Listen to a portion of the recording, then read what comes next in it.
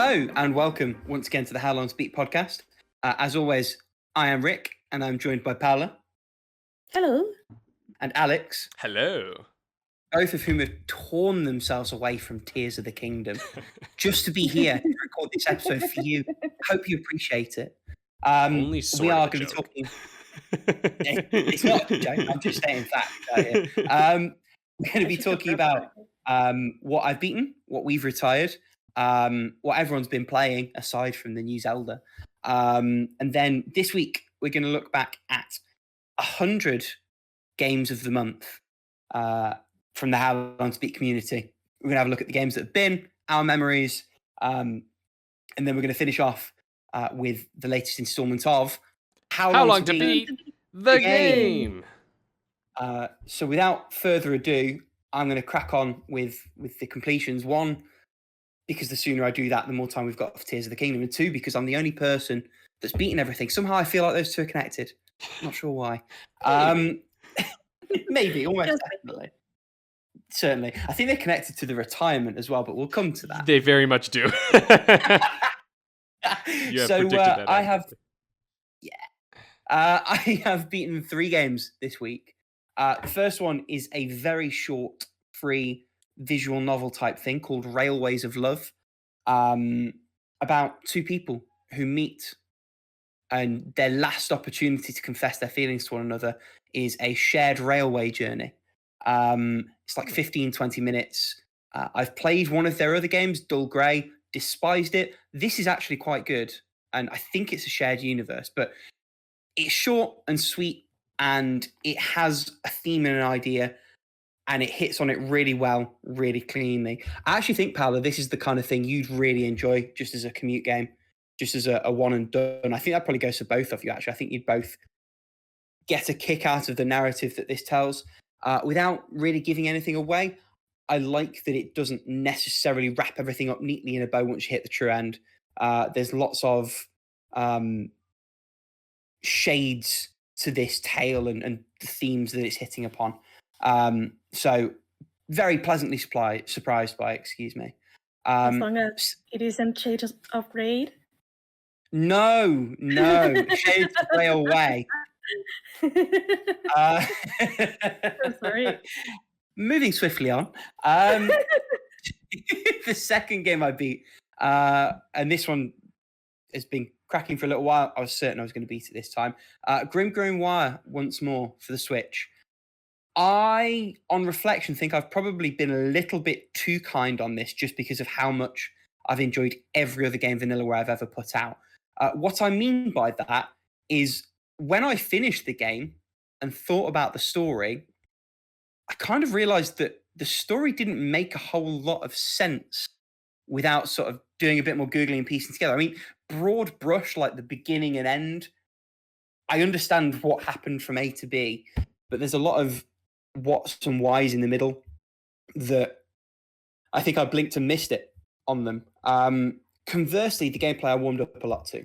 I still think it could have done with a universal pause function rather than having to select a unit and get the game to pause that way.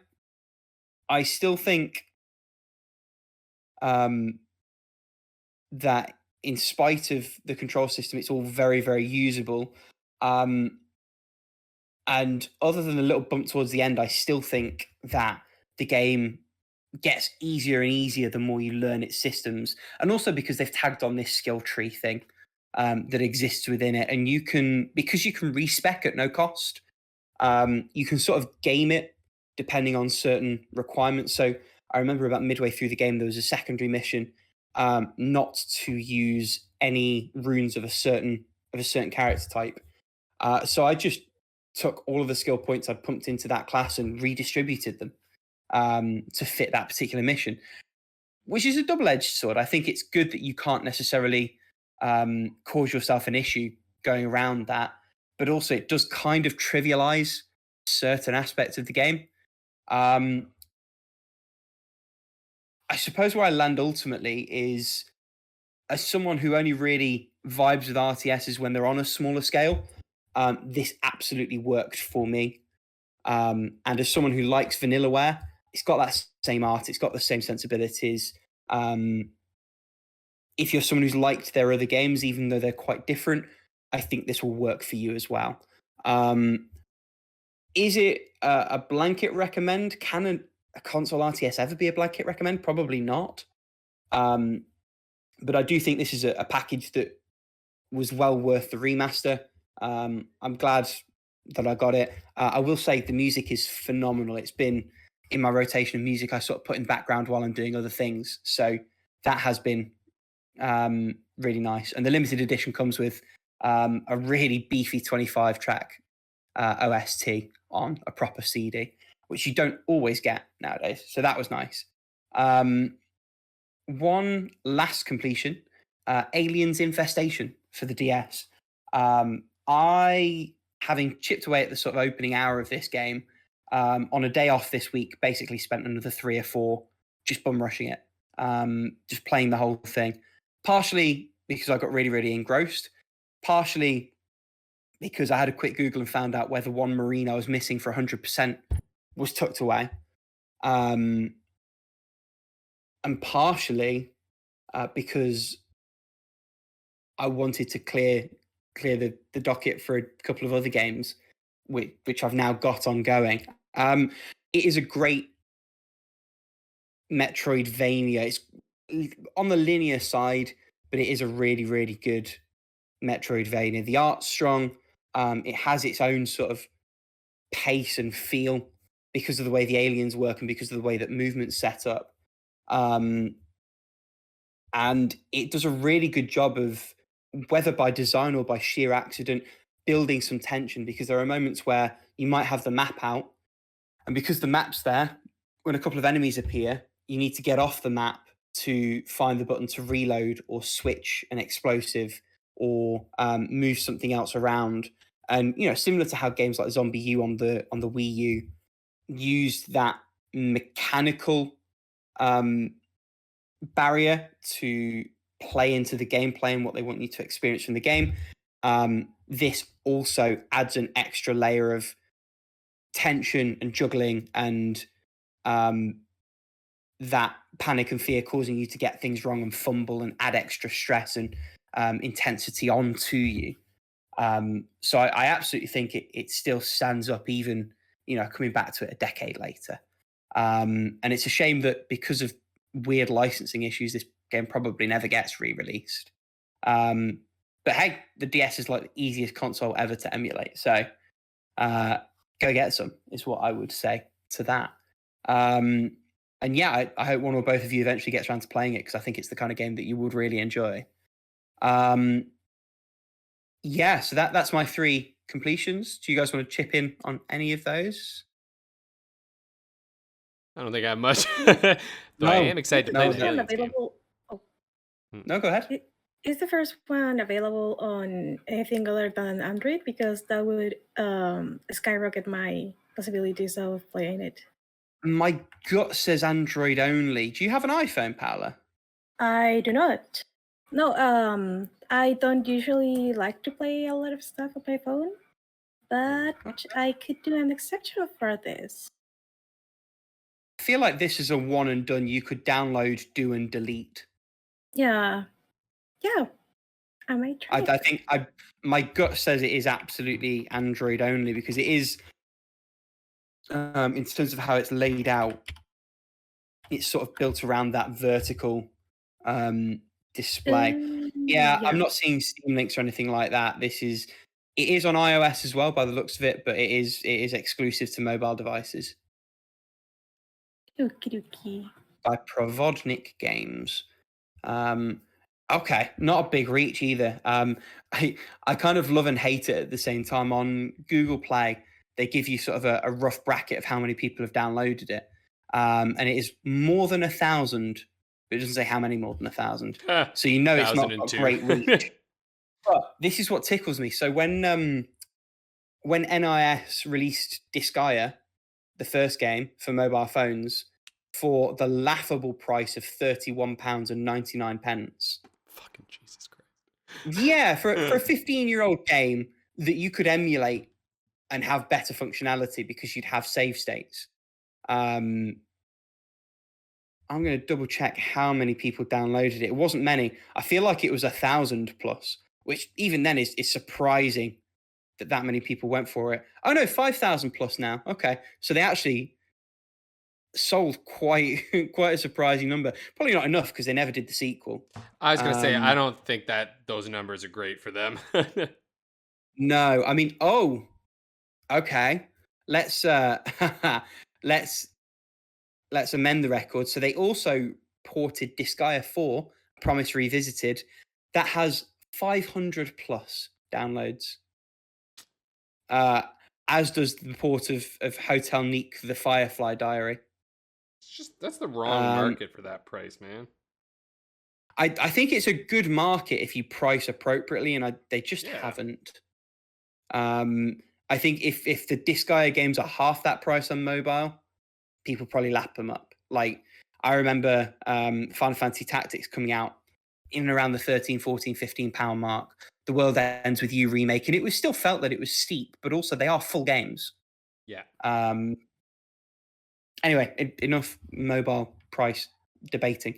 Alex, why don't you tell us about your retirement and why? Yeah, so I mean, straight up, this retirement is what I'm going to call a Zelda-ment.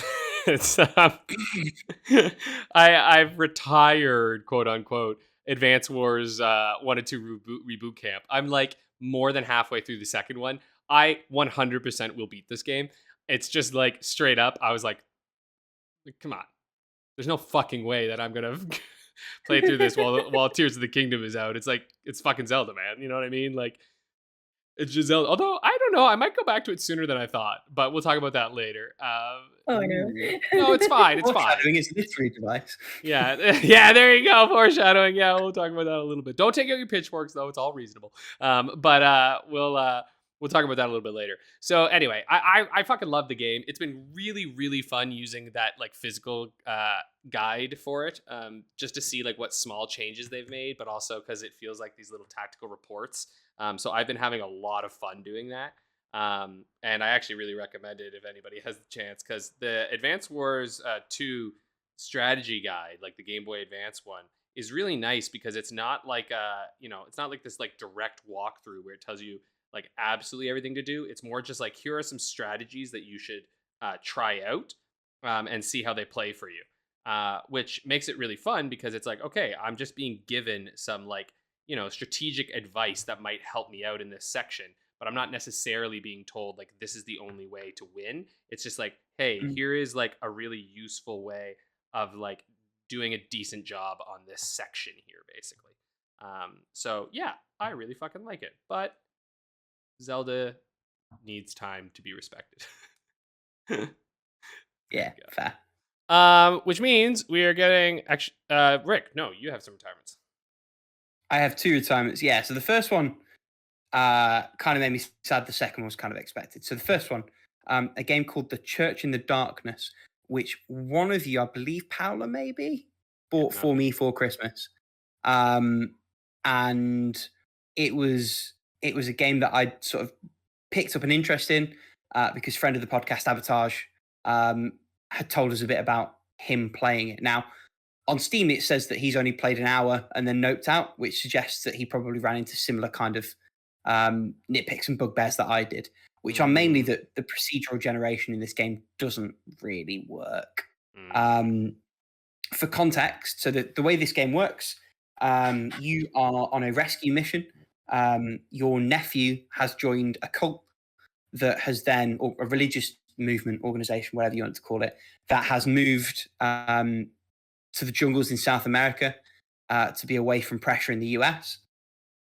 Each time the location changes the way that it's laid out, the motivations of different characters change, who's good, who's bad, who's armed, who isn't. Now, this game, yeah, okay. Because it's procedurally generated, a couple of problems crop up. The one that caused me to completely nope out is that, in fact, I'll loop round back to this. So the gameplay is very, very straightforward. It's played from like a top-down perspective, more or less, and you are expected to kill or sneak past people, find a contact, and work out where your nephew is. If he even wants to come home, if he does, bring him home. Also work out what's going on with the organization. There is no walk, there is no crouch, there is just walk and sprint, or run and sprint, as it were. You have to press a button down to see vision cones, which I kind of like the idea of, but in a game like this, it's not super conducive to the gameplay itself. The button mappings on keyboard or on controller are a little bit awkward. Because you don't really have the option to try and discover things on your own. There's not anything emergent. You just have to find your contact and go from there. That sort of kneecaps the gameplay a little bit.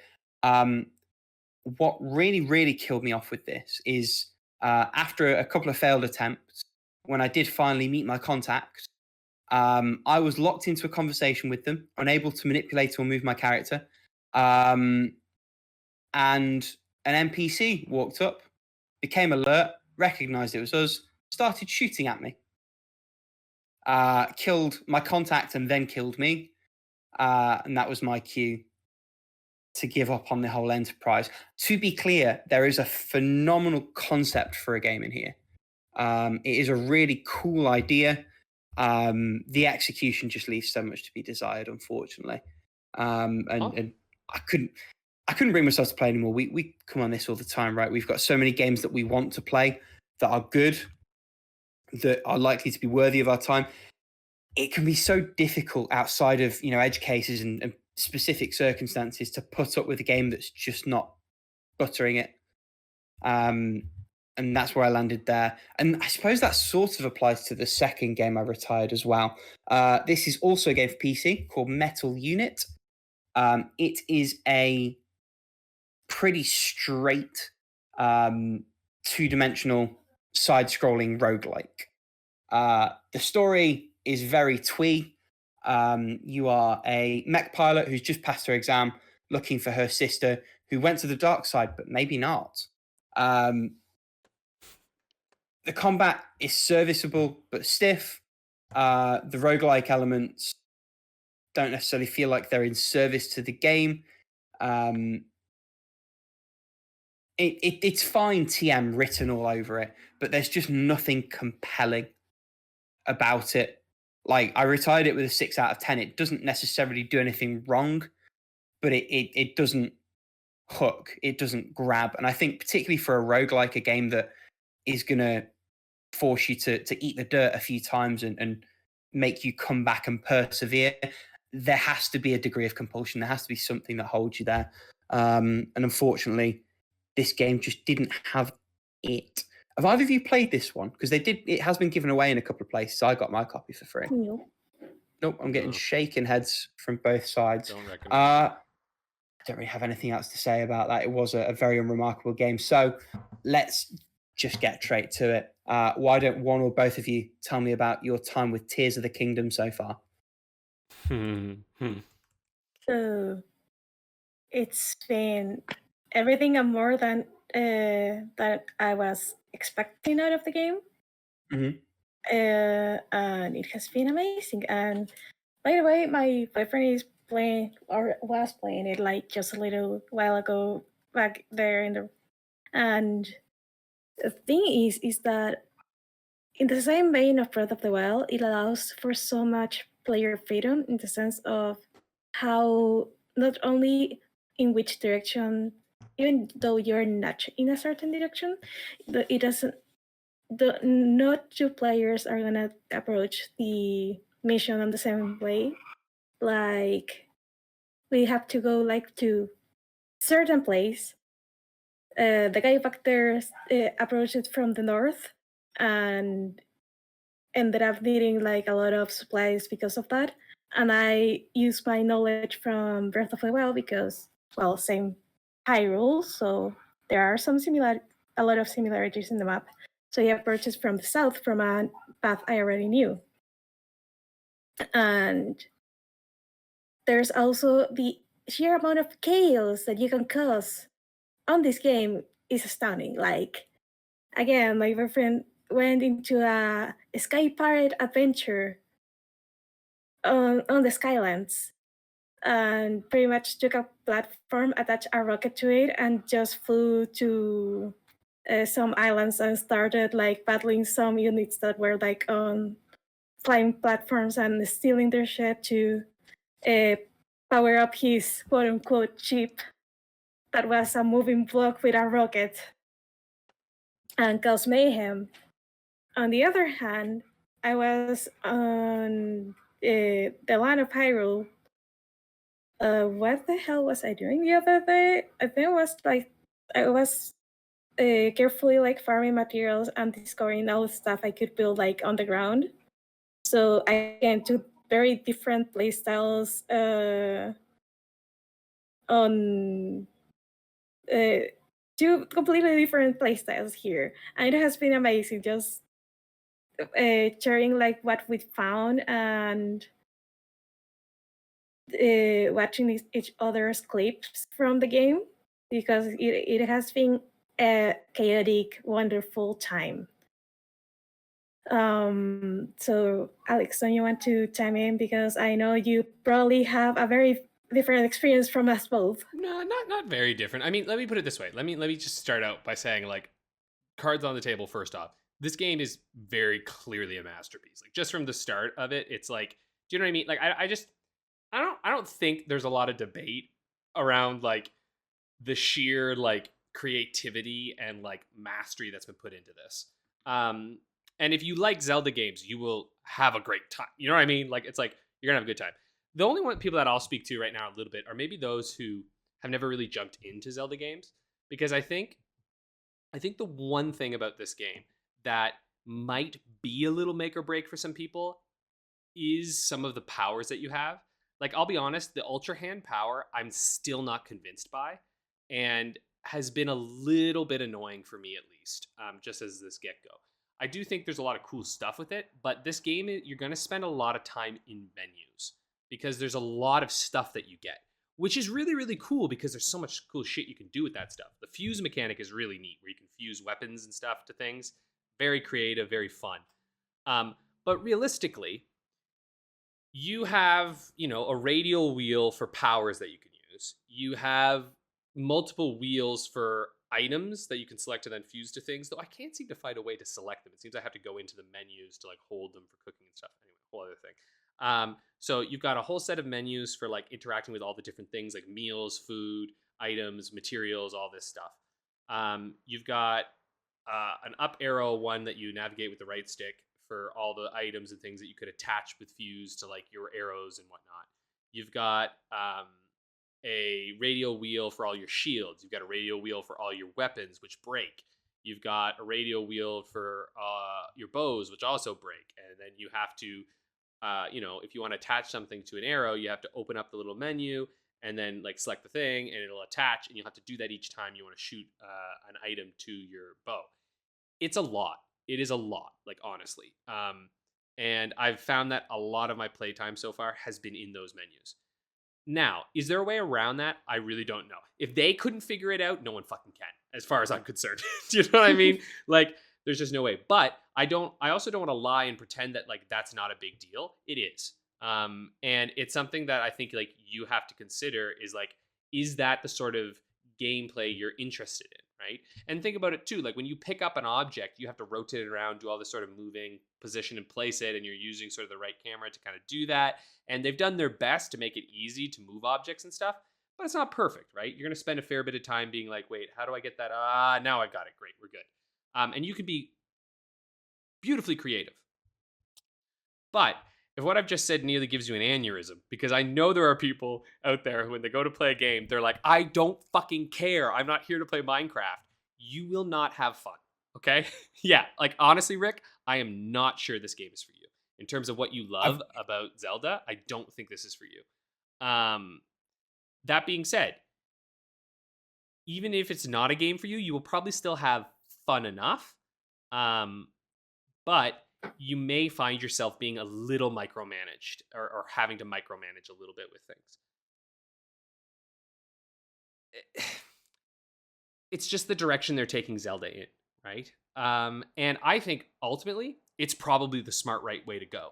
I do think that if they had tried to stick to the more traditional Zelda, now a part of me does hope, and this is the little tiny part of me on the inside, really, really, really, really, really, really hopes that we will get more 2D Zeldas, even if it's remakes in the lane of Link's Awakening, because I do think we are missing a little bit of some of that Zelda world. Now they've done really cool dungeons and stuff. Even there's more dungeons in this I haven't got to yet, which I hear are incredible. So I'm very excited for that. Because it sounds like they basically just said like all the complaints for Breath of the Wild, they were like, well, we just fixed all of them. So that's awesome, right? But that's basically just my warning for those who maybe are on the fence a little bit. Just listen to what you hear there, and like if you are an individual who likes, say, like, you know, Paula, you love those Slime Rancher games and whatnot stuff too, right? And like games like that, or like Dragon Quest Builders, like these sorts of games, like if those are games that you're really into, holy shit, you're gonna have an amazing time. Like you're going to you'll lose your mind with this thing. Because of the openness and the creativity. And I think especially young kids are going to, they're going to go nuts with this thing because it kind of just lets you do whatever you want to do with it, right? Like it's very much just like have fun. You also could do really stupid things. I was like, I wonder, I put a bomb on a big stick and it just blew me up. I was like, at least I could do it. So there's lots of that stuff, right? Like I don't want to undersell the creativity that's on display here, right? But I will admit that like even as I've been playing it, and maybe it's because I'm not fully off. There's like a tutorial island that you sort of start on, which is a very smart thing for them to have done. It's a very like good sort of long, like there's a couple shrines you have to go through that give you like the main key powers that are like really new and important to this game. And I think it was really smart to start people out there. It's like sort of how like in Breath of the Wild you had that plateau that you were on kind of deal, but it's even more intensive in this one. And the story stuff so far is actually pretty cool. I think this is going to be one of the few Zelda games that actually has like a fairly compelling story to it. So, because like it does make me think a little bit of Majora's Mask in terms of the fact that it is darker as at its start. It's got a lot of real what's that? Oh shit, that Studio Ghibli movie. Princess Mononoke. That's it, Princess Mononoke. Thank you. Yes, with the arm and shit, like in the corruption and all that stuff. It's got some Princess Mononoke vibes in it, big time. I would argue that they had to be hugely inspired by that. I actually watched the movie. I was waiting for the game. I didn't watch all of it because my nephew came home and we played other stuff waiting for the game to come home too. So, but yeah, the moment I saw the corrupted arm was like, hey, that looks familiar. And then the forest spirits, hey, that looks familiar too. Yeah, well, because of course Zelda and Ghibli, like they're inspired by the Japanese folklore, right? Yeah. So anyway, like again, obviously this game's fucking good. You know what I mean? Like it just is. But even then, the best games in the world still aren't for everybody, right? Like, you know, Red Dead Redemption 2 to me is like one of the best games that I've played in my life. It's incredible. There are a lot of people who would find that game fucking boring. And it's the same thing with Tears of the Kingdom here. Like there will be individuals who will pop out this and they'll hop off a little bit. I already can kind of tell that I'm not the target demographic, but will still have fun with this. So like playing this game, I already see myself being like, I'm going to have a good time. I'm going to play the whole thing. I'm definitely not going to try to go for everything. But like, I'm going to thoroughly enjoy myself as I go along.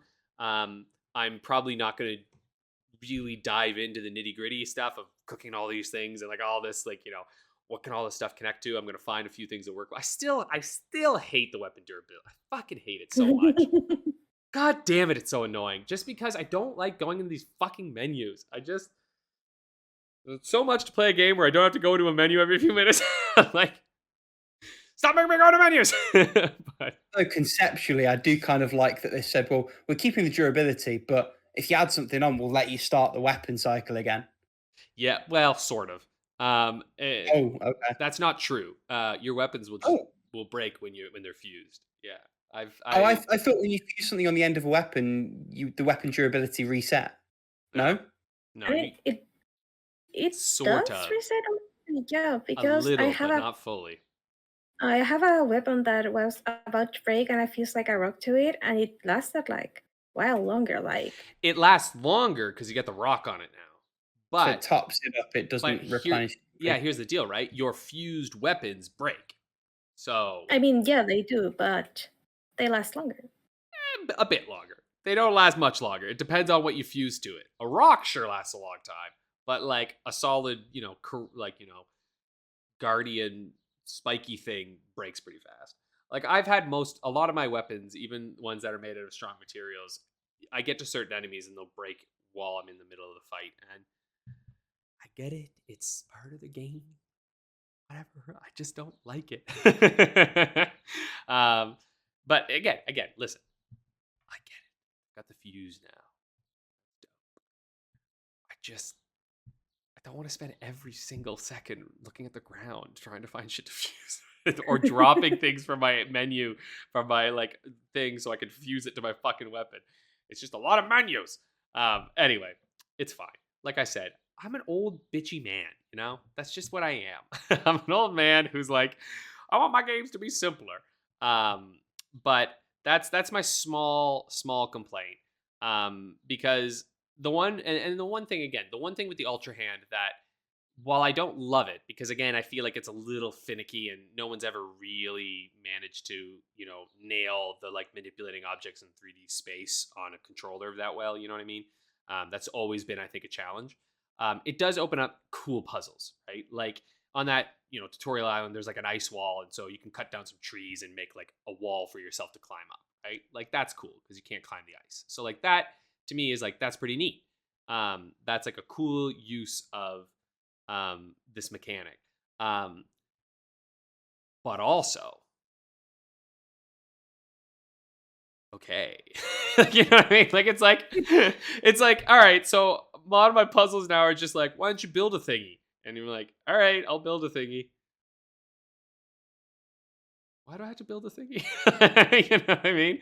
Like there's that like, so again, if you're somebody who sees an area and they're like, I have to build a thingy and that gets you excited, dude, do I have a game for you? Like I am so happy for you. But if you're someone who sees a thingy and goes, oh, I gotta build a thing again, then you might be getting old and be a little bit like me. Yeah, right. Rick's like me a little. Yeah. I mean, listen, I've got to play Breath of the Wild first, so there's time. Like, I still think everyone should play it. It's just, be warned. Yeah, though you can get away without building like a lot of stuff. Besides like the puzzles on some of the shrines, Yeah. you can really get away without building stuff almost at all. Not on that tutorial island. Not in that I know tutorial island, but in most places you can ignore or just do like the most basic stuff. Like but that's the key thing that you just said. You still got to do it. You know what I mean? You got to do the basic shit. So again, I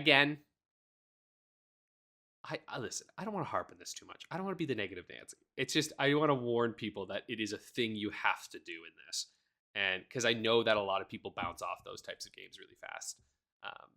But you're right, Paula. You don't have to build crazy structures or anything. You can build simple things. But just know it is a thing you're going to have to engage with a fair bit, especially in puzzle stuff, like in temples and things. I don't know, Paula. What do you think on that, on the Ultra Hand? Like, have you been building crazy shit? I've been building some stuff. It has been a lot more intuitive than I thought it would be because I don't usually like in Minecraft. I like having my mouse and keyboard because otherwise I don't know how the fuck I to place stuff. But in the way they designed the Ultra Hand ability, it has been a lot easier to maneuver stuff around and sticking it to just putting stuff together. Sometimes you do want some kind of platform to build your stuff on if you're putting wheels on it, because otherwise you're gonna have a bad time with it. But usually they provide something of that regard when there are like piles of materials nearby. Oh my god, which is nice. That reminds me, pro tip: if you're building a fucking raft, be careful what weapon you use to hit the stupid fans. God. Don't use a blunt weapon. like a maze or like a rock on the end of a stick, you're gonna break it. Yeah, I fucking broke my goddamn raft. I was so pissed off. I was like, no one warned me about this shit. But it was a good learning moment. I was like, oh my god, okay. Do not Don't use your axe neither. oh, well, yeah, I definitely didn't use wooden that. stuff. But don't use anything with a rock or no anything hard. Any kind of weapon thing on the end of it. You gotta use a stick or some shit. Because god damn it, it'll break your raft in half. I was like, I laughed at that. I thought that was actually pretty funny. I was like, oh Jesus Christ, my fucking raft's broken. I was like, shit. Now I gotta fucking make a new one. Yeah, and you can cut down trees and stuff, which is sort of stupid, honestly. I'm like, what are we doing here? What? Yeah. I was cutting down trees to make a bridge. Yeah. And I placed my bridge like too close to where I was cutting, so I had to cut like 3 more trees because You cut your. Yeah, it wasn't fun. It was like, god damn it. You learn the hard way in this game. They really are like, you'll never do that again. You like, I won't ever do that again. Like, I have some like very like smart feeling moments where like one time I had to like an air balloon in a certain place, and I put a dart on it, so it started floating, and then I realized that I had to put it like somewhere else for it to push a switch. And I was like, how the fuck do I get my air balloon back? Because unless it despawns, I can't. So I just took an arrow, stuck a choo-choo jelly at the end of it. Smart. And because it has water on it. So I just turned off the torch, got the air balloon back, put it where it was supposed to be, and ignited the torch again. So I was like, hey, this was supposed to make sense, and it does make sense in the game. So yes. Yeah. So moments like that really make me happy, because there are moments where I think, hey, does this work? To have the developers plan for it, and one way or another it works. Like my boyfriend was making a vehicle, like a car, and he made the storage thing for the car, and it had like a bunch of rockets on it, because it was like, hey, I might need them later, because you can't just pocket them. So he had to make a storage solution for it, and it worked. And it was stupid, but it worked. So, and in another moment, he was like, hey, what happens if I attach? Oh yeah, when he was on his pirating adventures, he found a rocket for the first time, and he thought it was a rocket launcher. So he attached it to his chip and hit it, and the chip went up and up and up. You're like, fuck, there goes my vehicle. Yeah, I think that's when he lost it, but it was a lot of fun. And in another moment, he was like on a place full of, how do they call it? It's not malice anymore. It's called gloom. And that sticky thing that, by the way, if you touch it, it will diminish the amount of maximum health you have until you either heal with a very special meal you have to prepare, or you get the fuck out of there. And it looks like they took a lesson out of Tunic, actually. Yeah. Somehow he flipped his car, and it was like, and Link was just clinging to the, I don't know what part of the car was, but he was clinging to it for dear life, because the car like flipped and was like just on top of a wall of that thing of gloom. And he was like, hey, how do I get out of here? In the end, he had to just accept that he would have to lose one of his hearts for a little bit, and flip the vehicle that way, and attach a rocket and got the fuck out of there. But when he was like, hey, can you help me with this? Or like, hey, I kind of need help. I'm in quite a pickle here. and I saw him and was like, well, good luck, soldier. I have no answer for your question there. I have no answer for your problem there. You're on your Yeah, own, Buckaroo. yeah, and you can attach like an actual driving wheel equivalent to your vehicle to make it easier to drive, but I haven't found those yet. So my solution right now, because I went exploring down a river, my solution was to just keep placing and replacing the fans like one on one place or another place of the raft. So I have to constantly use Ultra Hand for that purpose. So it works like you can detach things you're on like really easily, but it is a bit more cumbersome if you're not like on the vehicle and you try to detach it because you move the whole thing. The thing is that I got to the end of that river and got to a cave, and enemies I haven't seen entered the scene and just kill me. And it was like, hey, I think I'm not supposed to go this way. I had 4 hearts at the moment. And now I have like 7, so and I killed that enemy for. Oh, and I told you guys, I had a very scary experience because I dived down a cave and found, I'm not gonna say which kind of enemy, but I found an enemy that had the creepiest music and it also had the creepiest laughter. And I had to run the fuck away from there because I tried to hit it with an arrow to see like how much health I would take from it, and it wasn't much. And I didn't have a lot of arrows or like a lot of weapons in general, and I didn't know what happened if it was able to grab me. So it was like, yeah, no, I'm getting the fuck out of here too. And I did manage to get an item from that cave, but it was scary and I didn't know how to get out of there. So I have to just trust on whatever abilities Link had at the moment and get the hell out of there because it was scary. I wonder if you haven't left the tutorial area, Alex, have you? No, I haven't left yet. I'm making my way pretty slowly through this area. I mean, to be fair, like I've been playing more of the other game that I've been playing, which I'll talk about after.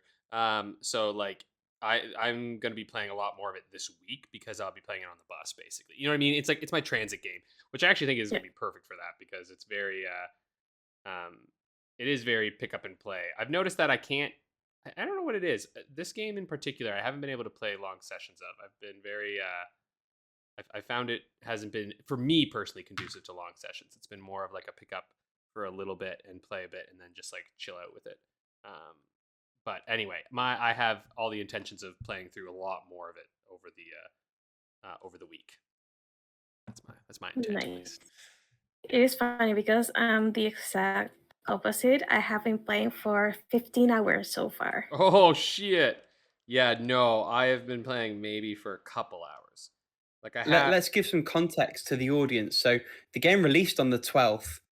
It's currently the 14th. So that's like maybe 1 out of every 3 hours that Paula has lived since launch. She has been playing Zelda. And I hope at least another one of those every 3 hours you've been sleeping, which means not a lot of time for anything that's not called Tears of the Kingdom in the past 72 hours for Paula. Yeah, it has been a wild ride. I'm still taking breaks between some longer sessions because I've waited for this game like 4 years since it was announced, and I don't want to finish it in like less than a month. So I'm taking my. It doesn't look like it because it's just. I was about to say art. But I'm gonna try to not devour the game like in a week or two, because I really want to retain what has been going on in the game, and if I know because I've binged series, and then I don't remember shit of anything afterwards. So I'm trying to, at the very least, take breaks every 2 or 3 hours when the Switch battery is running low. Well, that Anyway, my Switch is like a day one Switch, like a V1, and it has been holding up really well. Besides, like the board thing is 6 years already, and even though with Pokemon Scarlet, it was like trying to fly off the stratosphere because the fan was so loud. It hasn't been that way with Tears of the Kingdom, even though it's clearly the more intense game. Yeah, So, well, it's also a better engineered game. yeah, I'm still like surprised how seamless going from the sky to the ground to the underground has been, because there's no loading screens in between. Of course, I've already seen like a couple of times where the frame rate dips a little bit. Yeah, the frame rate's But been it hasn't. taking a few hits for me. Yeah, but most of the time I don't notice like major frame rates or like pop-ins or anything. So I don't know what the wizards at Nintendo had done to this game to make it run as well as it does, because I feel like the mere fact that it runs and it doesn't lag every 2 frames is a fucking miracle. Yeah, I will say I have noticed a fair bit of like blurriness, I think is maybe the best way to describe it. Like it's a little like the game's not sharp. You know what I mean? Like there's a little bit of details are a bit fuzzy on some areas, which is fine because it's stylized, so I don't think it's like super noticeable or anything. But put it this way: when I booted up the game, I definitely didn't feel like, wow, times have sure changed since Breath of the Wild. You know what I mean? You're more like, oh look, it's Breath of the Wild again. Which is fine, you know, like it's fine. It's a Switch, but I should say it does feel a little bit like you're like, all right, might be time to tell me when you're going to bring out your next thing. Yeah. Which, by The the way, amusing thing is just how quickly emulations come on. That'll run better on the Steam Deck than it will on original hardware. Oh, it definitely will. Yeah, definitely. Like day and day. Mental. Anyway. Yeah, it was sorry, so funny. IGN Paula. commented on it like, on the first day of its release, Speedrunner beats in this amount of time, and I'm like, for a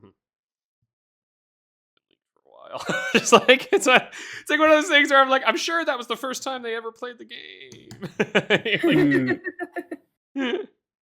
It's like, yeah, all right, sure, folks. It's the first time they will can tell you a different story. Yeah, exactly, right? I was like, it's the first time they can maybe legally play the game, but I think they might have played the game before. Listen, I don't know. Maybe that speedrunner hasn't, but I'm just saying it's been out there for a little bit. But I'm playing it legally. All right, so don't get on my back, Nintendo, if you're not listening. The lawyers are like, swiper, and he's been told no swiping 3 times. Like, ah. Yeah, bro, Nintendo has been going hard, man. They have been fucking just like striking people down left, right, and center. Yeah. Fucking even like a lot of peers who was just like streaming it got fucking struck down by Nintendo on Twitch. Just streaming Nintendo's own preview footage. It's like, huh? This is the part that we're supposed to be allowed to share. Like, Nintendo, calm down. Jesus Christ. Shazam factor will get you. I think they struck down the tool they use to drop the files from the Switch. Lockpick. It was used to dump your own official keys, which is kind of fucked. Like, I get it, it's circumventing copy protection, but also like, Oh yeah. Yeah, I mean, look, are we surprised that Nintendo is overreaching and being anti-consumer? No. No, obviously not. No. Yeah, this is their modus operandi. But anyway, they made a good game, so good for you guys. Good for them. Proud of them. Yeah, I don't know where we're going. More... Moving on, Resident Evil. Sorry. It's okay. We just got like sucked into a vortex there of like just Nintendo stuff. But anyway, I should say, like, why don't I just talk real quick about the other games I'm playing, because I have not touched Moon Scars, to be just completely honest with you, because Zelda has come out and my life is owned by it now. But I have been playing a lot more Resident Evil 4 Remake. I am not like close to being done, but I'm like nearing the 3/4 of the way through point. Because I'm on chapter 11 now, I think, and there are 16 chapters in the remake. I'm cooling on it like just a tiny bit. Before, to me, I felt like it was perfect. I do think it's more like a 9.5 right now. And it's only because there's just like little things that have been added that I'm like, you maybe didn't need that. There are some sections where you play as Ashley, which they did have like a little bit of those. They're not really necessary, you know, like it's just kind of run away, right? And like loosely puzzle-ish. And I get why they're there, and they're inoffensive, you know what I mean? Like they're not like, oh, why is this in here? But it's also kind of like, bro, this isn't why I'm here, you know what I mean? And like, they're also not that scary, because you know that like, it's kind of weird, right? Like for some reason, I actually find it less frightening when I play as someone like Ashley, because I know that I can't fight back. So I know that the answer is always run away, which...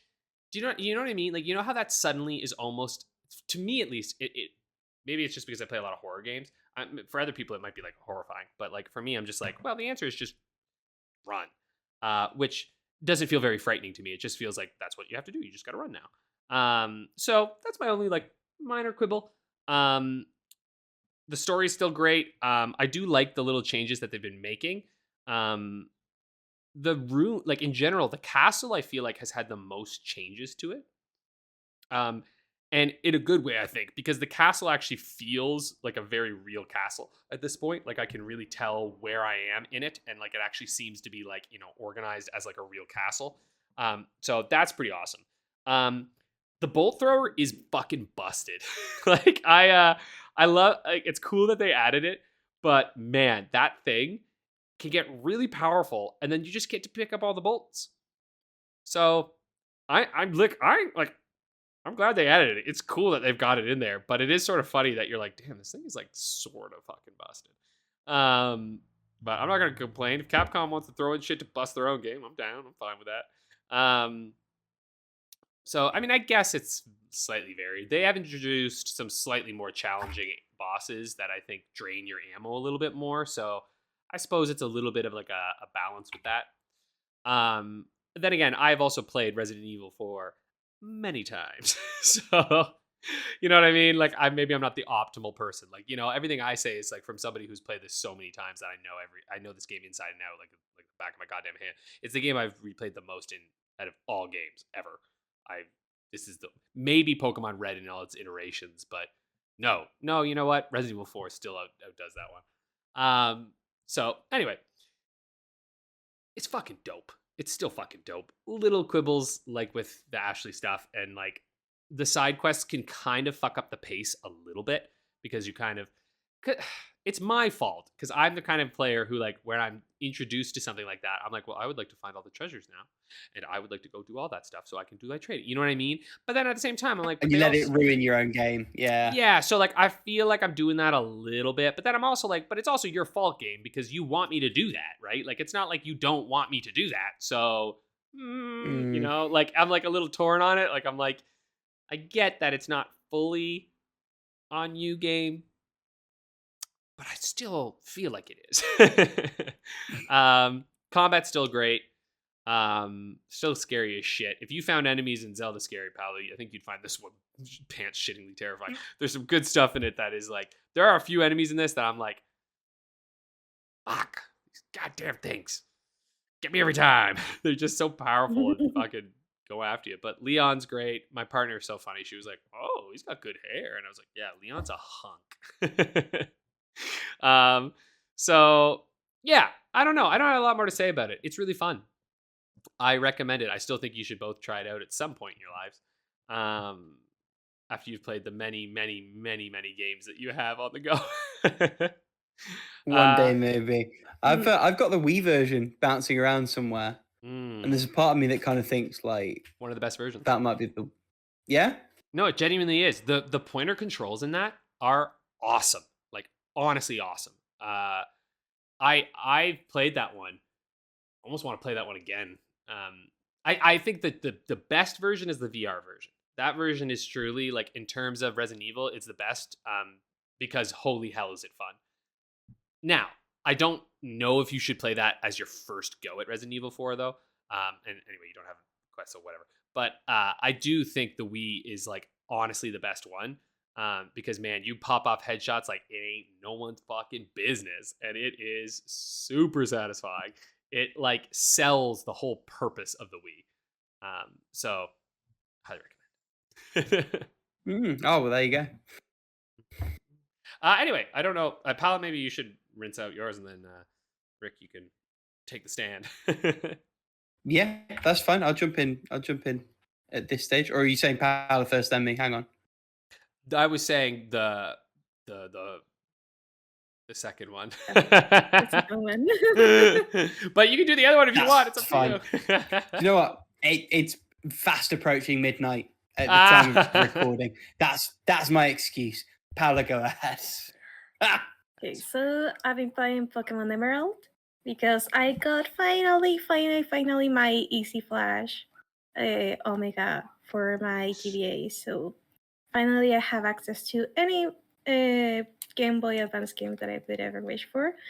I already transferred like the almost 200 games that I had downloaded somewhere because they sounded either interesting just for the meme or because they were multiplayer, and my boyfriend has his own Easy Flash and a Game Boy.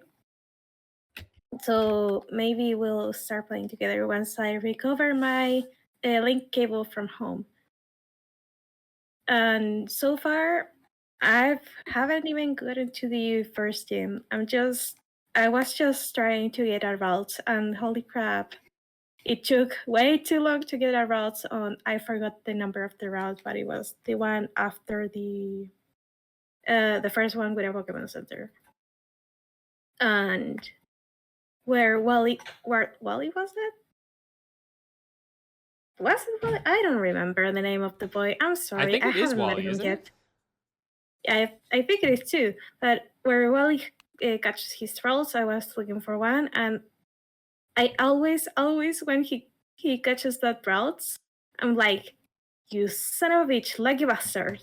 I had to look for that route for like half an hour. Anyway, I started my game with a Mudkip. His name is Mango. And it is the first time I'm starting up the game with a Mudkip. I've played this game many times before, like not Emerald, but the Ruby Sapphire versions, and even the Omega Ruby and Alpha Sapphire. And I always either chose a Trico or a Torchic, so this is gonna be interesting.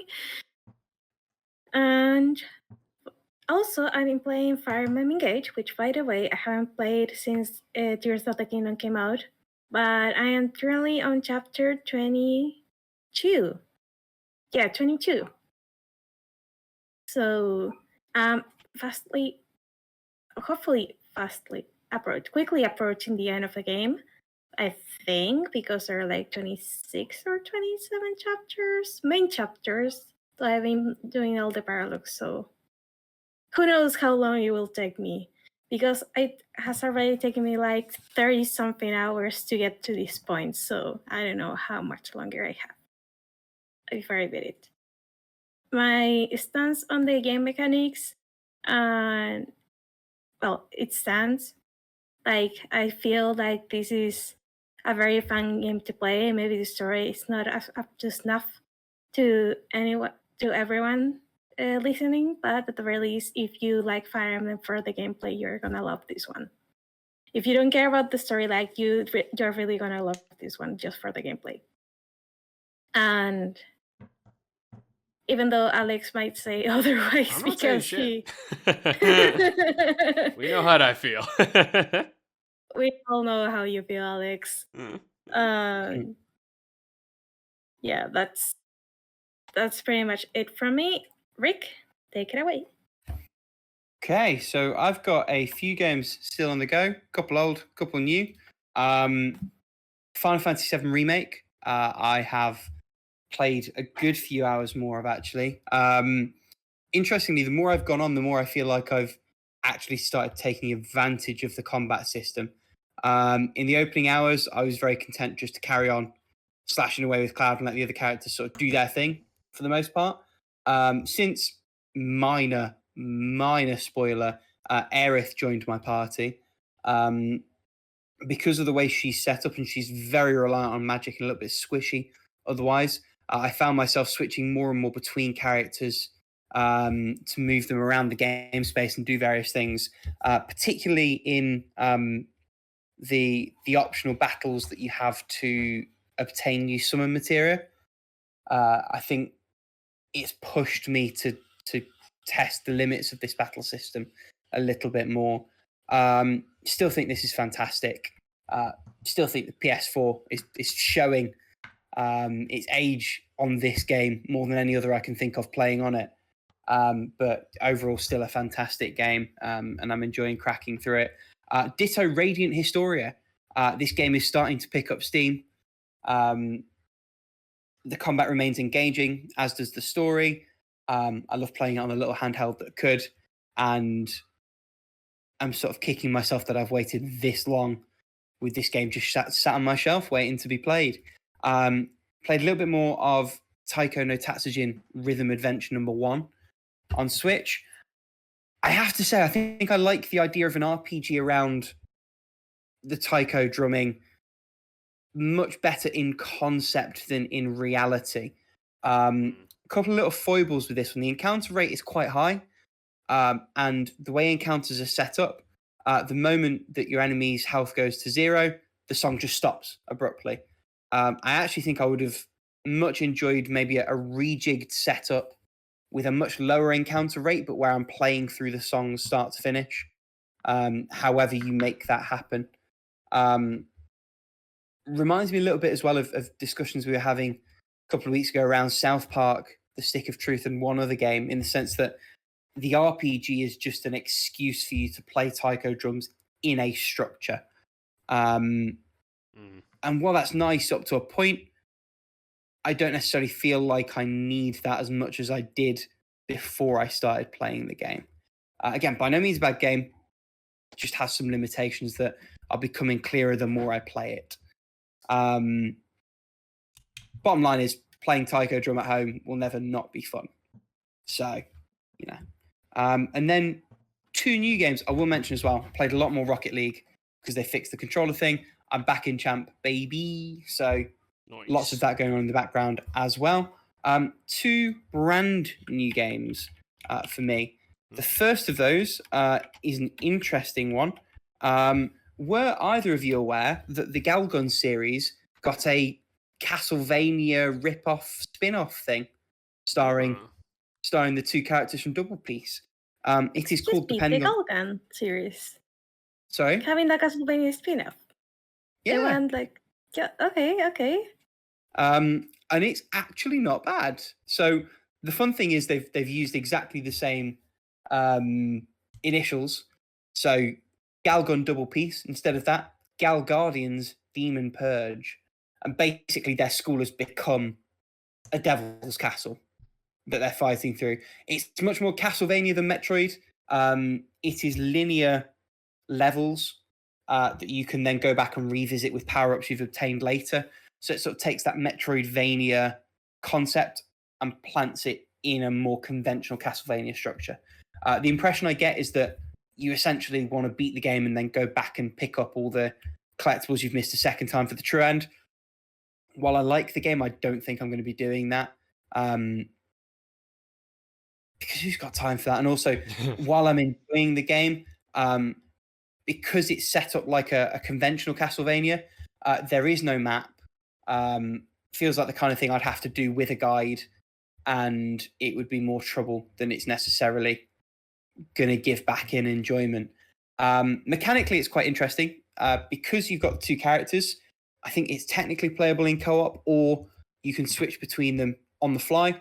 One of the protagonists is a melee-focused character with fairly low health. The other character has a higher health bar and fires Uzis, which is a very different take on that kind of game. But a lot of the enemies are built around that, where one or the other is more effective. You pick up different sub-weapons as the game progresses, and they can allow you to freeze enemies, do grappling. They give you a lot of cool functions. I have to say, some of those functions I wish weren't tied to this game's stand-in for hearts, because I think it discourages you to play around with traversal and actually explore the game world. I understand where they were going, but there are some actions where they don't have those points usage, and I think they should have made that more widespread. But the combat's reasonably fun. The level design, lack of a map notwithstanding, is reasonably good. It all makes sense. The pixel art's fantastic. This is Inti Creates. They know what they're doing with pixel art on modern consoles. One other really interesting thing it does, and I'm not sure where I sit on whether this is a good or a bad thing or not. It has a system where if one character dies, the other character gets spawned at a checkpoint and then has to fight their way back on their own to the fallen character and mash a button to perform CPR on them, in essence, to revive them with half health. That includes in boss fights. So it kind of completely wrecks the cadence of boss fights. I like it in the regular levels because it gives you some risk reward in terms of how you approach different combat scenarios and adds an extra layer of tension. In boss battles, because there's a healing spot right before, it just kind of trivializes those battles. It makes them a battle of attrition rather than a test of skill in a way that I don't think works in the game's favor. So that's been one that I'm trying to wrap my head around. On the whole, I'm enjoying it. It doesn't seem super long. I've been playing for maybe 2.5 hours. I think I'm past the halfway point, based on little bits that I've Googled and checked online. Not quite what I was expecting as well, I have to say. I did expect a more conventional Metroidvania. And in that sense, it has been a nice surprise to see it hews more to the classic Castlevania structure. And then one last game I've been playing, I've dipped in on a whim to the first of 4 DLC chapters for Muramasa Rebirth, specifically A Course to Daikon 4. What I love about the Muramasa DLCs is that they are each their own sort of 3-ish hour self-contained narrative within that universe in the same locations.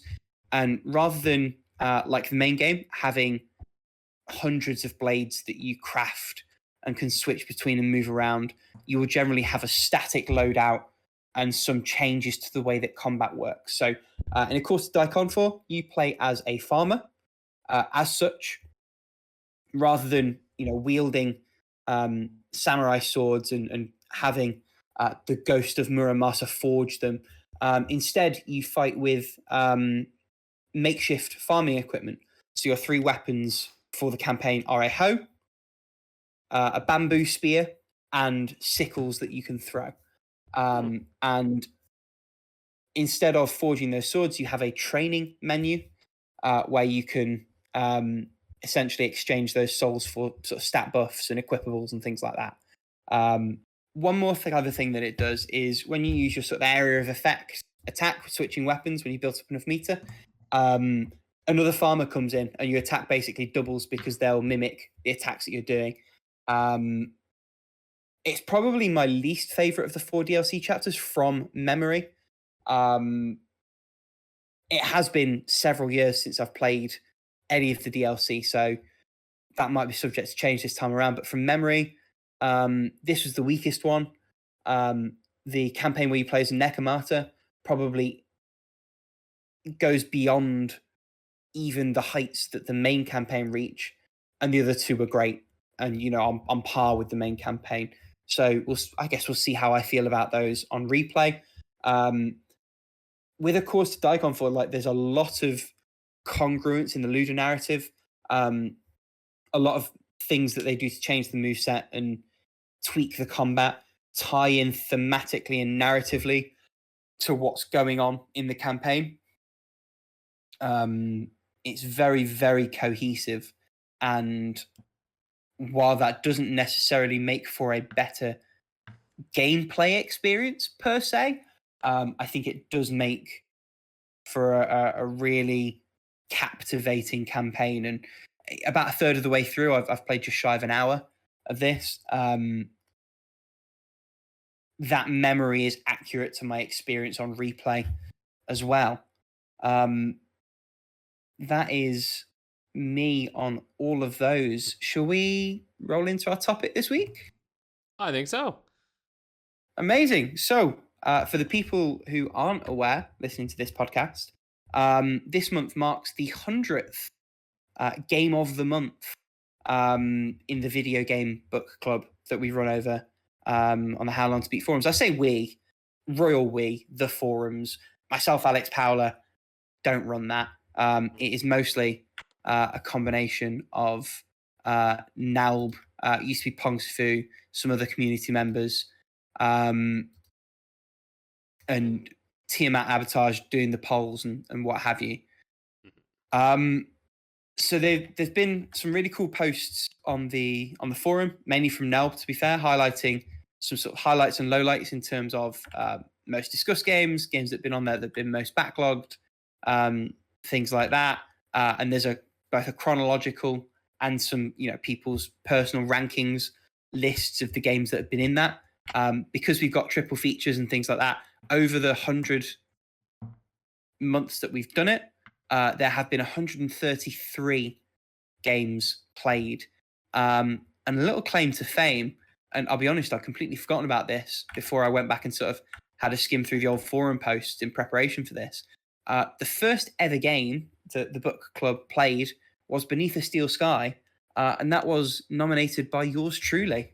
Whoa. So little bit of HowLongToBeat lore there. And I say, it was nominated by me. This was before we did polls because it was a brand new idea. And I was like first on the draw to suggest it. And everyone's like, oh, that sounds good. And we just sort of did it. I think the first game that was officially voted via poll was Parasite Eve, which I don't think I nominated, but I did play. And I remember not being super enthralled by. That's a game you had to be there for. Yeah, I think so. I think it still has merit. But that sort of early 3D era where they're still trying to work out the controls, a lot of the games from that time just don't cut the mustard for me. Final Fantasy VII in its original incarnation was the same. I found it so horrendously slow. I couldn't get to grips with it. I think that's another one that I played when we did it as a game of the month. It's an interesting thing because I feel like a lot of the discussion that happened around the game of the month, I was very, very switched on with when it first started. And then as we've done the podcast and a lot of the discussions moved here, while it has gone from strength to strength, undoubtedly, I've probably been less engaged with it. I don't know if that holds true for you guys as well. Yeah, same. I'll put it this way. I feel like I engage a bit with the video game book club the way that most book club members do, where it's like, I fucking love this idea. And then it slips away from me. You know what I mean? It's also hard because a lot of the games that have been nominated, like when I look through the lists there, it tends to be that I've actually played the games before they get nominated. And then once they're nominated, I'm like, shit. I already played that. Am I going to play it again? You know what I mean, right? I'm not going to play it again, but then I like to read what people are saying about it. Like, I do enjoy doing that. And there's been some pretty big ones. Like, when I look at this list, like, even just from the full list here, which I think Anob has put the full list in the list by time to beat, I think. Yeah, by time to beat. Like, when I look at this first one, like, I've played Persona 5, Elden Ring. I haven't beaten, but beaten Breath of the Wild, Fallout 4, Lost Odyssey, Yakuza 0, Dragon, or Borderlands 2. Like, almost all these games, like, I've played a lot of the games on this list here, which is nice. Actually, yeah, when I look at this list, I've played a fuck ton of these games, actually. Yeah. And that's the deal, right? Is that, like, a lot of them, a lot of the time I find, and it's interesting because I think the community is so fascinating in terms of, like, their like tastes and like what games get voted for and get selected. And it's hard to guess because like you might think like, oh, the game that is like most easily accessible will be the one that gets picked, but like there really is not necessarily any like pure rhyme or reason to it. Like I think it'd be interesting to try to see if there are sort of statistics on that, but I really don't think it's the case. Like I used to think like maybe if you pick one that most people can access, but no, it's just kind of like just depends what people are interested in for that month. But There's sorry, go on. oh, sorry, I was gonna say, but I just think it's incredible personally. I think it's quite the achievement to get to 100 freaking months of Game of the Month. I mean, it to me, it's a bit of a testament to how this community just sticks around, and the fact that you were there for the first time too, that's impressive. Like I'm obviously more of like, I came in later, like out of the three of us, I'm the one who came in sort of the latest to How Long to Beat. And so I, to be honest, didn't even really realize just how long this has been going on for. I mean, I think I've always recognized like the numbers next to, the months and stuff, but I don't think I ever really like properly clocked the fact that it was like, oh yeah, that means it's been going on for over 8 years. You know what I mean? Yeah, I mean, it was Yeah. February 2015 when Beneath a Still Sky was the game of the month. I'm just processing that, having said it out loud. Right? That's crazy. Yeah, it is. I mean, like you say, it being around all of it for a while. It's nearly been a decade that I've been on the forums, Right? which is kind of nuts. I know.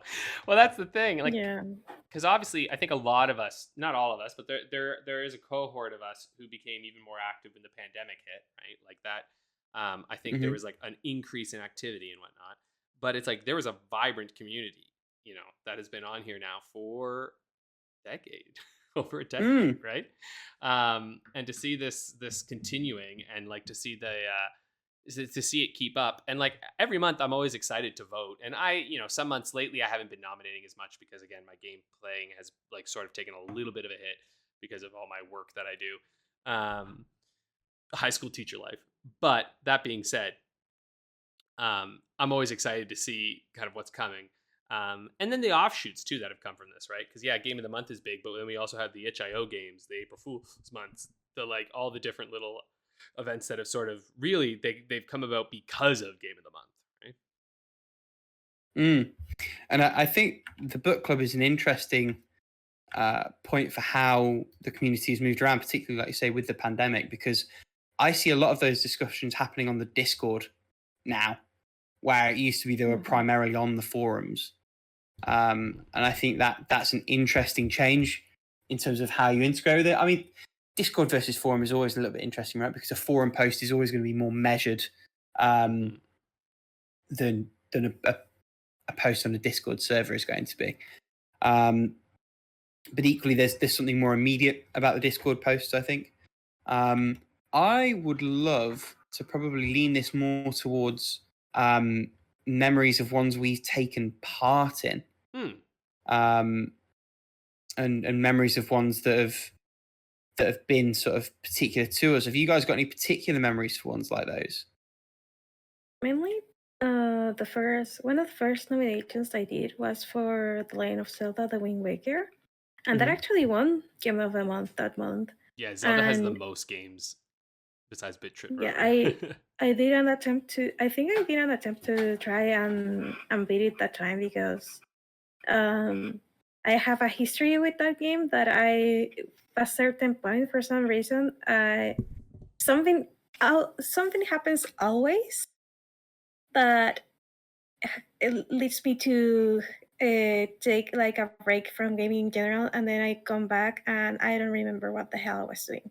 So that time was no exception. I think I didn't even make it to the Temple of the Ocean King, I think it was. The tower thingy, which I don't remember the name of, which is like midpoint for that Zelda game. I think we played a short hike because of Game of the Month, or was Yeah, it because yeah, we played a short hike because because that of was in Game of the Month. August of 2021, and so I'm pretty sure. Certainly was. But I might have played it before. I really don't remember. I do remember talking and communicating with Short Hike, though. I remember talking about it with the group because I very much like that one. And Oracle of Ages, I didn't participate as much because I had just played it actually like a little while before, but I really enjoyed watching people play through that. And like, I was at least reading and talking through it. And of course, Hamtaro. That was the greatest moment. Hamtaro was a nice experiment. That's a true masterpiece. It was a lovely moment for the community around a mediocre game. That's where I'm at with that one. I think the best part about the book club is that it just nudges you to play things that you might not otherwise get around to. Crits the Necrodancer, really recent example of that. That's a game that would have sat on my Vita for years and probably been untouched if it weren't for that nudge. I think back to Transistor being a similar thing. I think back to replaying Journey. I think back to Legend of Zelda: The Minish Cap. Lots of games where there's a nudge. Hades, another one, although I think I played it 6 months after it was Game of the Month. But it's having that reason to go to a game, whether it's one that you pick up because of that or one that was just sat in the background otherwise. I know, it's so hard for me to remember because so many of these games, like Pyre, for instance, I think I might have played Pyre when it was Game of the Month. Such a good game too. That's the like super giant basketball sim. Yeah, yes. Right. Pyre is phenomenal. Like not basketball, but is basketball. Yeah, that game is so good, and I think I played it around the time when everyone around Game of the Month. Again, like you said, it's hard because sometimes I see something in Game of the Month, and I'm like, yeah, man, I really want to play that. Like for instance, Fool's Choice last month was fucking Conker's Bad Fur Day, and I actually really wanted to play that, but I didn't get around to it. Like, you know what I mean? It's just like so often, and I think the thing with Game of the Month too, though, is that. And Knob does this quite a bit as well, and I think I'm going to start taking a little more of a cue from this, is that, like, you can just come back to it later. You know what I mean? Like, there's nothing stopping you from just, like, popping into a thread even, like, years later. It's, like, that's what they're there for, right? It's, like, pop in and talk about them a bit, and there's often somebody who'll be like, oh, yeah, cool, or, like, add a little comment, you know? And on that, it's worth saying props to Nal for keeping a meticulous list of what was nominated when, and links to all of the relevant posts, which are really fun little time capsules into those games. I mean, for context, the Pyre playthrough, and it looks like you did play it for Game of the Month. I've just had a quick skim, Alex. Yeah. That was 2.5 years ago. Yeah, that's insane. That is insane. But it's cool because you can see that conversation as it happened. Yeah, because you're in there's on links there too, being and I was in there as well. Yeah, yeah. I had a second copy of the game that I gave away because it turns out they'd given me a giftable copy to go with it for some reason. And that was on my PlayStation 4. Christ, I don't even have that anymore. That's an interesting way to play that game. Why?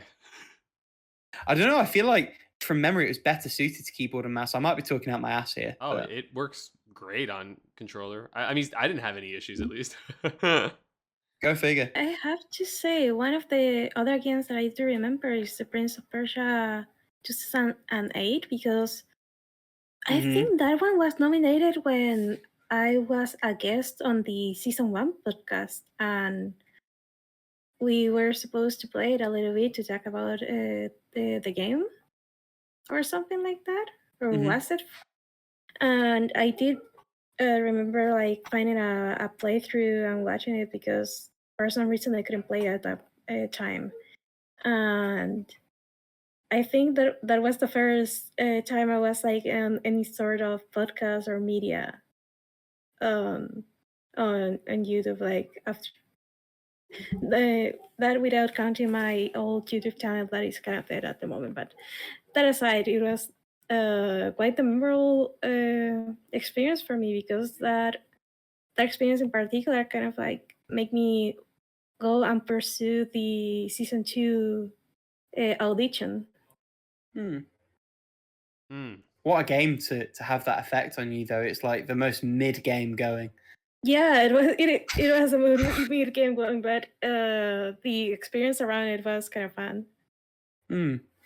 And weirdly, a game where it had story DLC but somehow got away with it. Like, we remember Asura's Wrath really badly for that reason, but I feel like this game kind of got a pass for just cutting off the last chapter of the story and selling its DLC. You know, sorry, I was just thinking more about ones that I've participated in, and I think I participated in Metal Gear Rising: Revengeance because I remember playing that game in that summer. I just don't know if I. Oh, okay. You did. You beat it because I played it not did. long after and could not vibe with it. Yeah, you did. That game was dope, man. That game was so fucking dope. Mhm. I had such a fun time with that because I was playing that on my new like PC at the time. I was stuck in. Actually, this is a fun memory for me at least because it was 10 months ago when I was in Grand Prairie, this little random middle of fucking nowhere town in Alberta because my partner had to be out there for 3 months.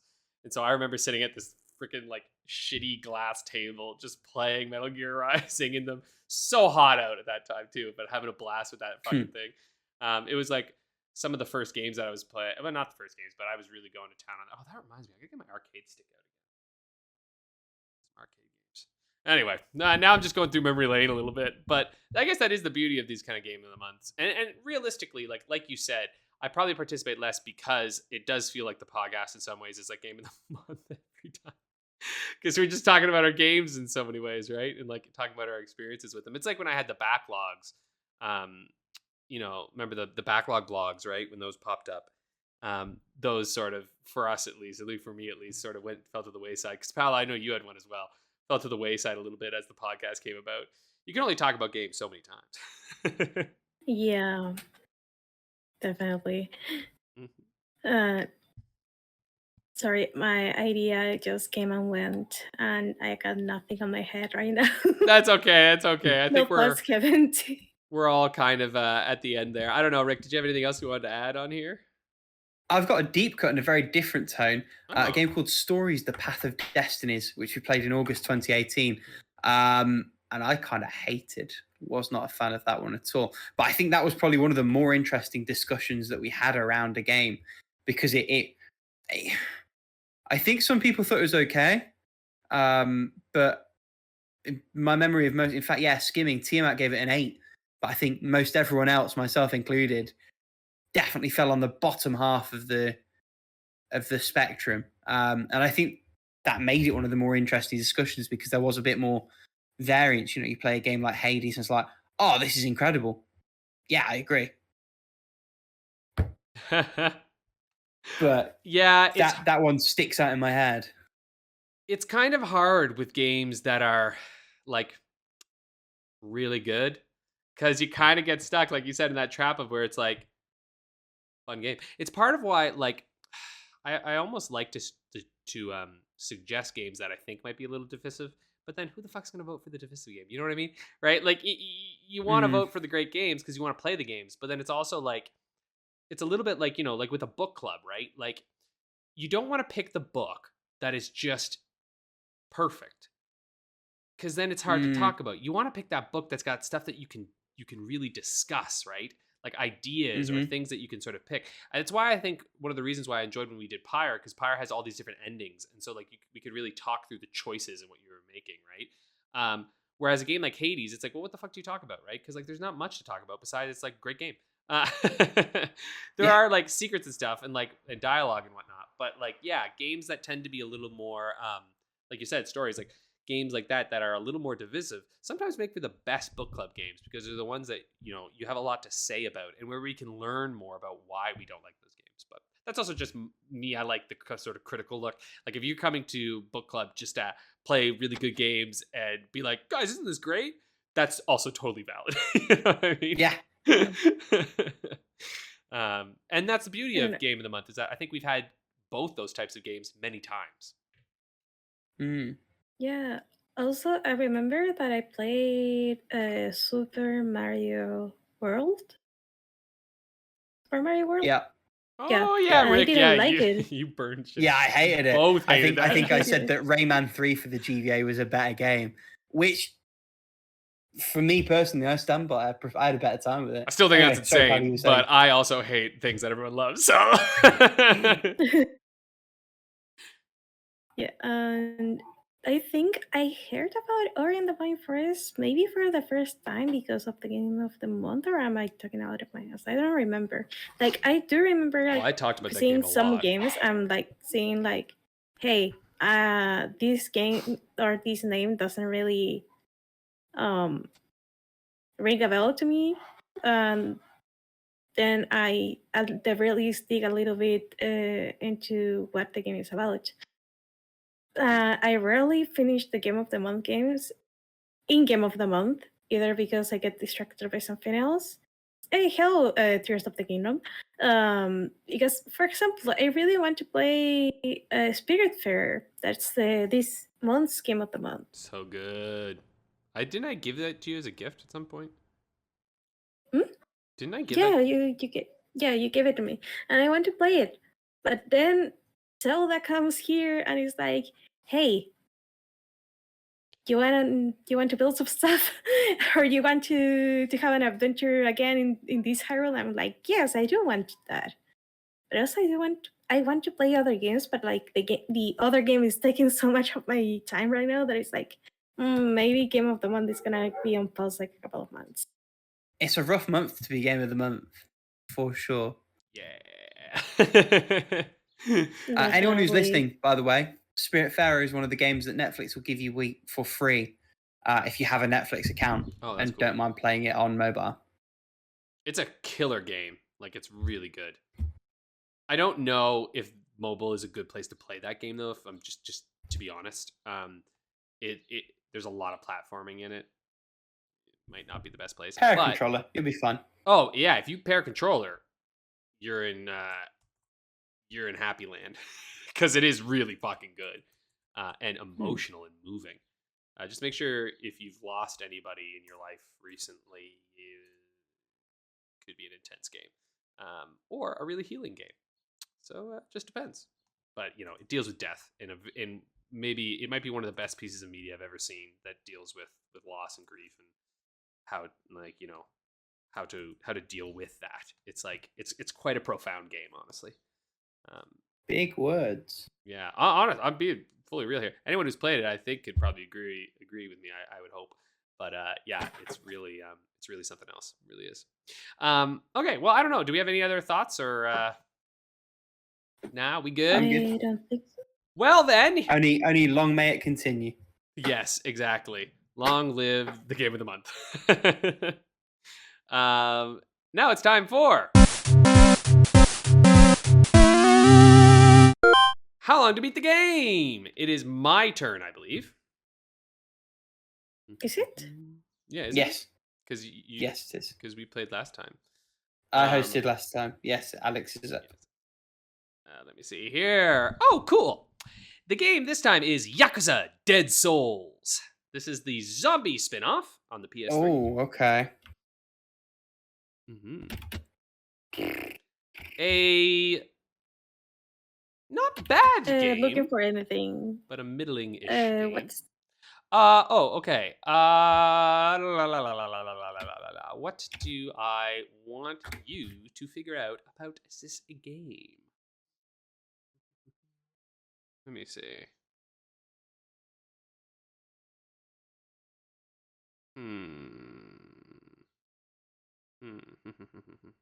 My time's already in, by the way. I went straight with my gut. Oh wow. Okay. I'm just trying to figure out while you get through this. Oh, interesting. What do you think is the lowest rating on this game? Ooh, okay. Ooh. Yeah. Lowest rating on this one. On How Long to Beat, obviously. Is that out of 10, presumably? It's on the 10. Yeah, so no just out of 10, like on a scale of Okay. like of 10 to 100. But no little dots in there. That's in as well. Great. Like, Great. hold on. I'm looking for I feel like I don't chat. really know about lost Yakuza. it. I've just gone with what my gut's telling me.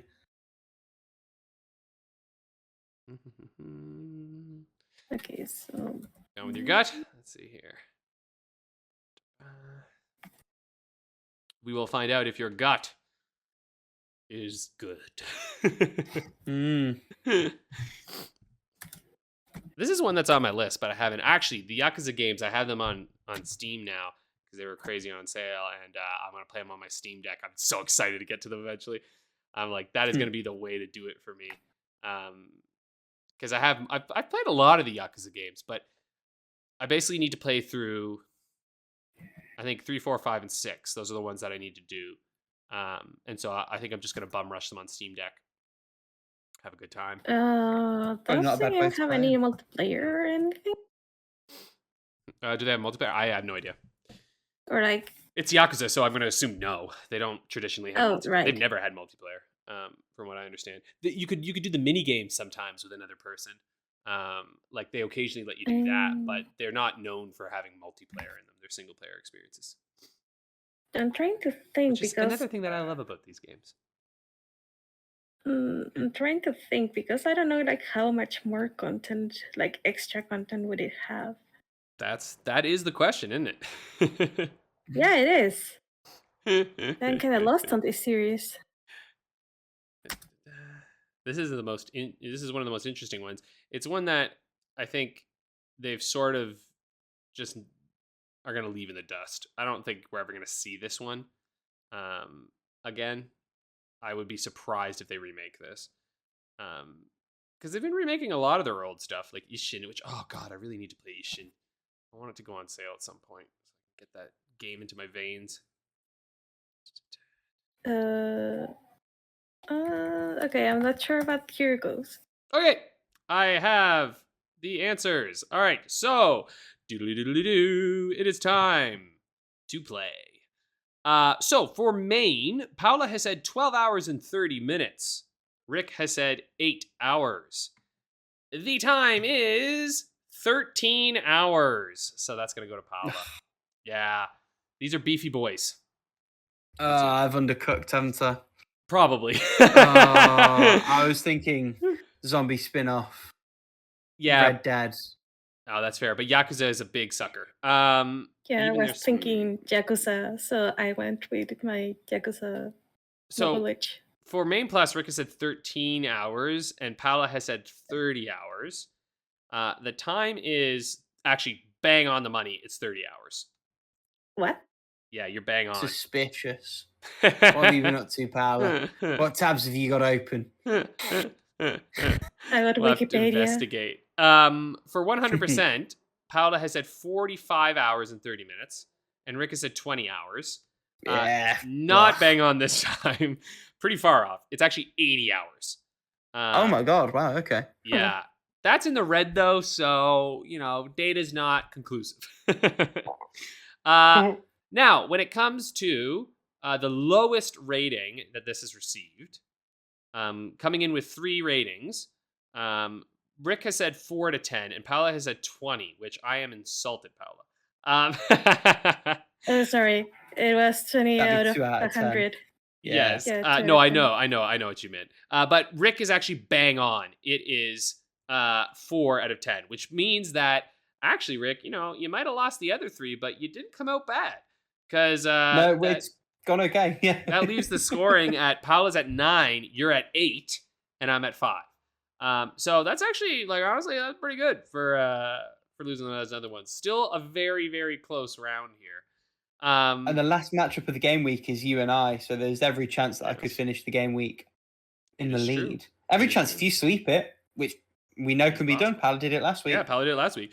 I've got what was it? Oh yeah, by the way, I should say that the rating on How Long to Beat for this is 770. So okay. This was a divisive game from what I understand. Some people really, really like this one, but it introduced guns to the series, like literally just using guns full on. It's a zombie flick, so of course, because usually it's beat 'em up. But I think people, you either fucking love this one or you're like, I don't know. Yeah. Anyway, that's that. That's all for this week. Tune in next week for more. Bye. Peace. Nice, you didn't forget this time, Paula. I was just thinking that, yeah. I actually went closer to the microphone just in case. And now It betrayed me again. goodbye, everyone.